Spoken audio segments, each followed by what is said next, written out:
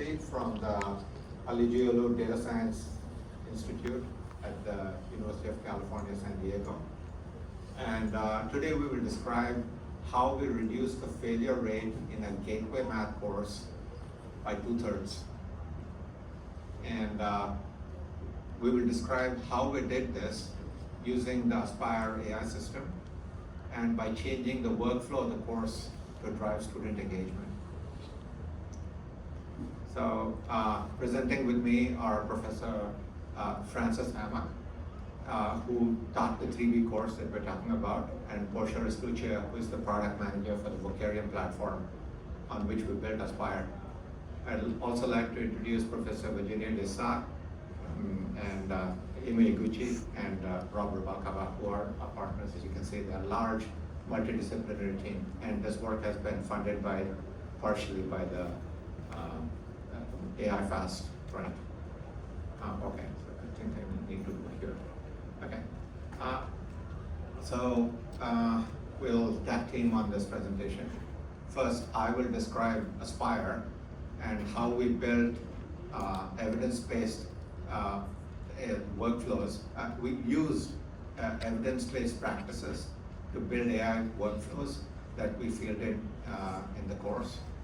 Professor Hammock will frame the math challenge problem at UCSD and the evidence that our intervention reduced failure of this foundational gateway course. Portia will go under the hood and she'll show how we build personalized AI-enabled learning workflows and how we were able to sustain student engagement and practice. And finally, I'll come back and I'll summarize the results and lay out the current hypothesis about why we think this intervention worked. So this is a rough architecture of Aspire. And at the center, we have an integrated AI tutor built on a domain model and a student model. You can think of the student model as the digital twin of the students that keeps track of what they know and they don't know. And on this platform, we built collaborative workflows. And these workflows are based upon evidence-based learning science practices. And the examples are personalized mastery-based learning and spaced repetition. So all of this is built on top of Vocareum, and that enables us to give a stable, secure, scalable deployment layer so that the instruction goes well. So enough of that. This chart essentially says that we started with evidence-based learning workflows. We implemented them in the courses like in 3B. We collected the data and we iterated. Nothing that is new to learning science. So give me one sec. Okay, so next I'll hand over to Professor Hammock, who will talk about the problem and what she did to solve it. Well, good morning, everyone. So my name is Frances, and I'm going to be discussing 3 things today. So the first thing I want to discuss is the problem we're facing at UCSD in math preparation. Second, I'm going to discuss the steps we took to improve outcomes, specifically in this one math class called Math 3B. And lastly, I'm going to talk about our results. Okay, so let's start with what's going on at UCSD. So UCSD is a big STEM school. About 80% of our majors need to take calculus in some form. Now, since 2020, there has been a 30-fold increase in the number of students entering who don't meet high school standards. Now, what this means is when you walk around on the student body, like this past year, 1 in 8 students do not meet high school standards in math, and of those students who do not meet high school standards in math, 70% do not meet middle school standards in math. All right, so what does this mean for math? This means that math needs to catch up a lot of students super fast in our math classes. So one of the first actions we took is we created a class Math 2 targeting middle school math and a class Math 3B targeting high school math. Now, as you can probably guess, it is just really hard to accelerate students fast through math curriculum. We unfortunately have very low promotion rates from Math 2, which is our middle school math class, to Math 3B, which is the high school level math class. Within Math 3B, I've recorded here my failure rates from last year. You can see they're extremely high. And even for students who make it through the preparatory math sequence, make it into a calculus, we don't see great downstream performances. So for a student, for example, who starts in Math 2, if they make it to the third quarter of our engineering calculus, the failure rate for them on average is 50%. All right, so this is the situation. So what have we tried to do about it? So math is really concerned. So we have targeted specifically this math class, Math 3B, which again targets high school level math, and we put in a lot of structural changes to try and improve outcomes. So what I'm going to discuss here is exactly what the structure of the course looked like. So up here, first I have a weekly schedule. It's like very busy to try and maintain class engagement. So on Monday, the students would have homework. This would be the first time they would see the material and homework form accompanied by the Vocareum AI tutor. They would see the same material again, but this time in traditional homework, which they'd have to turn in on Wednesday. And then at the end of the class, they'd have they'd have a mastery quiz on the same material. Now we had some other components to the course. You can see that on the right side. So the students all had an in-person diagnostic test, and then from the diagnostic test, we used the Vocareum AI tutor to provide individualized foundational units for each student to have an individualized plan for how to build their foundation to make it through the course. We also did explicit teaching of study skills. We had a written problem bank which included like all the possible types of questions that could appear on a test, and we asked students to turn it in before each exam. And last, we made online practice exams, again with Vocareum with the accompanying AI tutor. So looking here to compare it with the previous year, the only things that were in common were we had the written homework due every week, we had explicit teaching of study skills, and we had the problem banks, but I did not require the students handed them in. I just assumed that they would do them. All the other things have been added in this year. Now, I want to highlight all the places we incorporated the Vocareum AI tutor. We incorporated in our weekly homework, we incorporated into foundational units, and we incorporated it into test prep, so with the practice exams. Now, you might be wondering why we thought adding in AI would be a good idea, especially since a lot of our job is trying to keep students from using AI. So this is why. Okay, so let's talk about student needs. So in the preparatory math classes, all the students need to catch up on a lot of material. But actually, one of my bigger concerns is that of the math they do know, a lot of them have actually learned it incorrectly. And it's really hard to unlearn things that you believe. So that's one big issue. Another issue that we run into is that the students all need support developing college level study skills.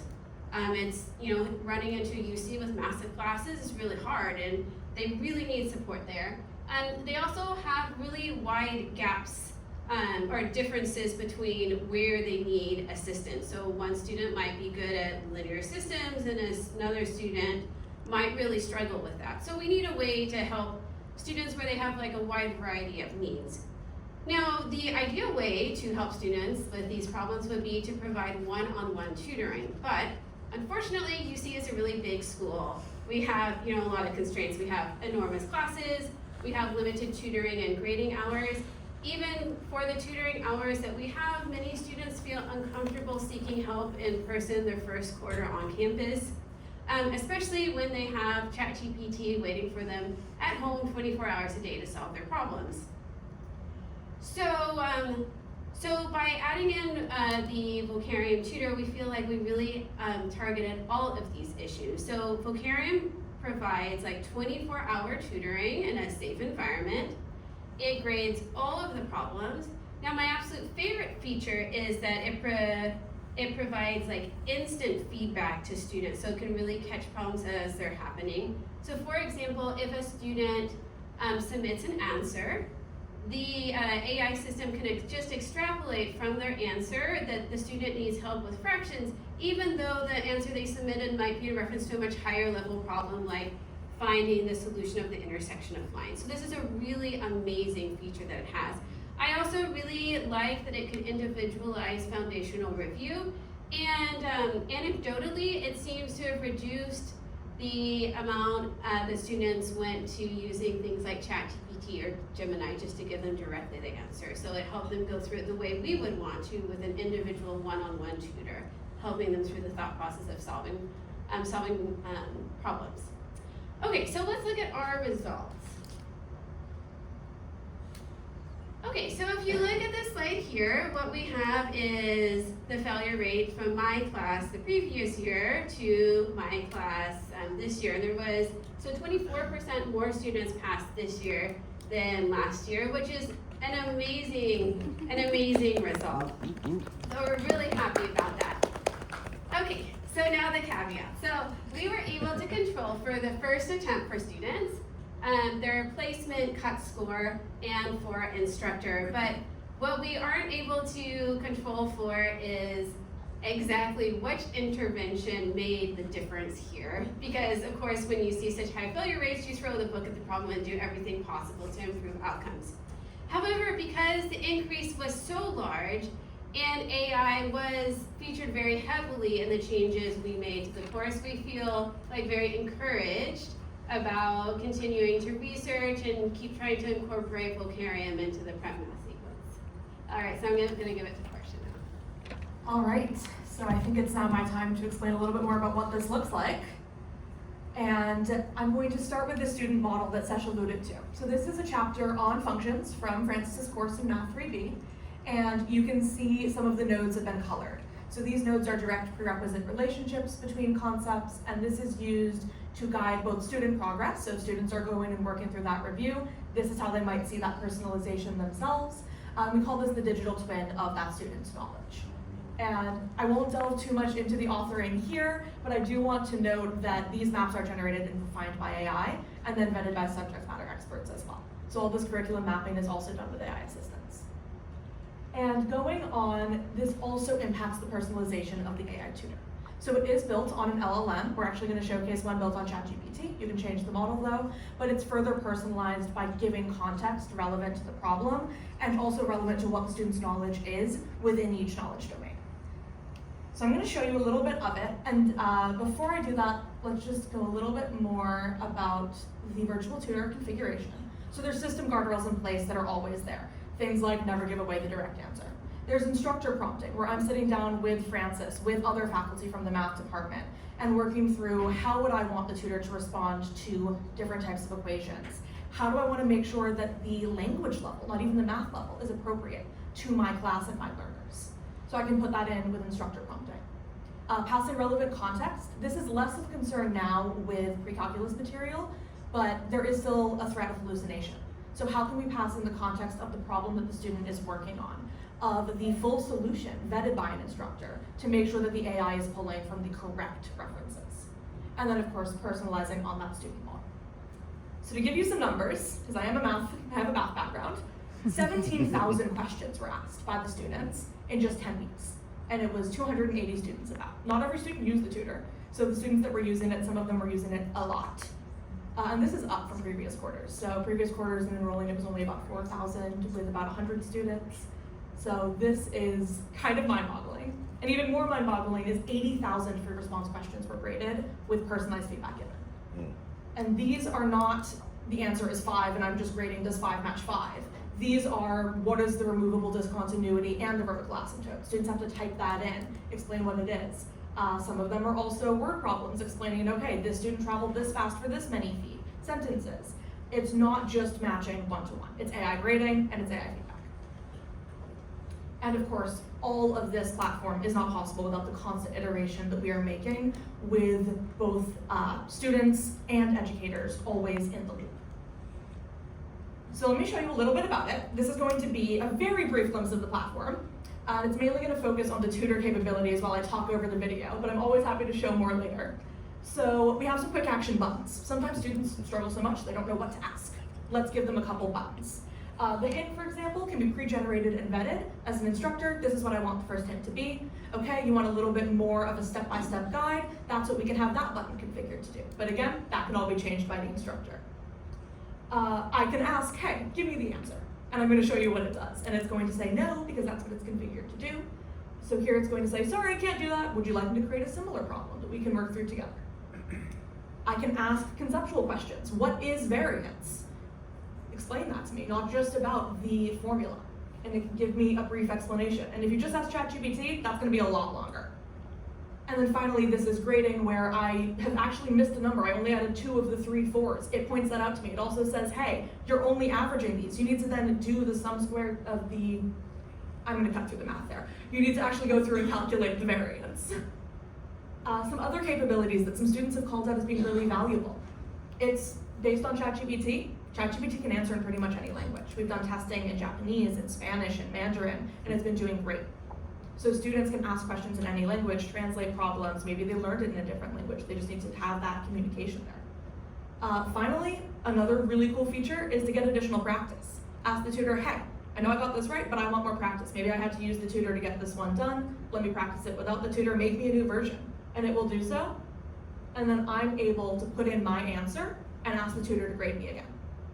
So I can say, all right, the answer's -3, 4 with my bracket in parentheses, correct that real quick, and the tutor will go ahead and say, I'm talking a bit too fast, great job, your interval notation correctly uses it, do you want to go over another one?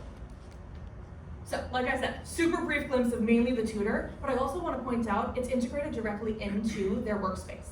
So as students are going through and working on the problem, the tutor's right there, and that's where we're seeing that anecdotal data. Maybe students are going to external tools like ChatGPT once. This is a view of not the student model, but the class model that instructors have access to. So I'm not going to go too much into the instructor details or analytics, but I did want to point out that all of that rich data that we have about how students are mastering the content, we can then provide at a class level as well for those 300-person classes at UCSD. All right, I'm going to pass it back over to Sesh for some closing remarks. Thanks, Francis and Portia. So, I just wanted to repeat this chart. Like Francis said, there were significant changes in the course structure, and we think that that's what helped to drive engagement with by the students, and that's what has resulted in this drop from roughly 35.3 to 11.4, depending on how you describe the cohort. Let's see. So I'll just wrap up with what we think some of the candidate mechanisms of the impact are. So if you look at several of the presentations yesterday, there was this theme where you might have the greatest tutor in the world, but if the students are not engaged, then they're not learning anything. We learned this in previous quarters. And so it was great that math came up with this course structure where on Monday they had to, the course structure overall, and that helped to drive student engagement. We think that that's one of the reasons why the outcomes have improved. Like I said, you know, the other thing that Francis and Portia both mentioned, we try not to give away the answer, and this promotes productive struggle. And we think that's the reason why students are able to retain what they learned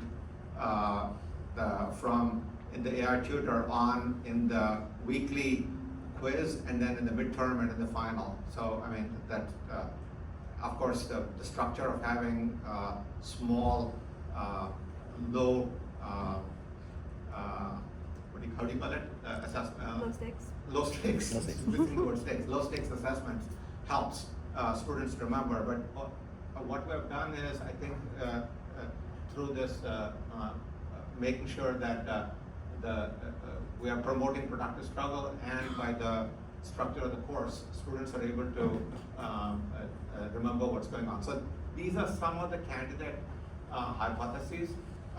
We need to work, and we are working with more courses as we go forward, and we will, and we also have more data for this particular course that we need to tease apart that to get us there. So we're planning on testing the mechanisms, isolating the drivers, and we are big on the personalization capabilities. We think that that's part of the key to making a better AI tutor. You know, we want to get to what Bloom's sigma number is, to try and see if we can get there. Francis talked about that, but that's a dream. We'll see. And yeah, so we want to replicate and scale as we go forward. So thank you very much, and be glad to take any questions.